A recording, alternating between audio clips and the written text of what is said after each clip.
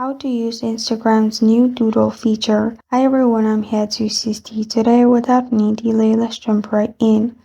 First, open Instagram on your device. Make sure you're logged into your account. Then click on the message icon at the bottom. After you click on the message icon at the bottom here, go to the chat where you want to doodle. Then you'll find the plus icon at the bottom right. Click on it. There, click on draw. After you click on draw, press on try it at the bottom. And here at the top, you'll find all the brushes you can use. And at the bottom, you'll find all the colors you can use. And on the left side, you'll find the font size.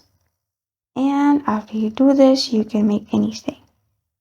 And after you're done, press on the arrow at the bottom right. And after you do that, it will be sent to the chat. When they open, they'll find it in the chat. And this is how to use Doodle feature of Instagram.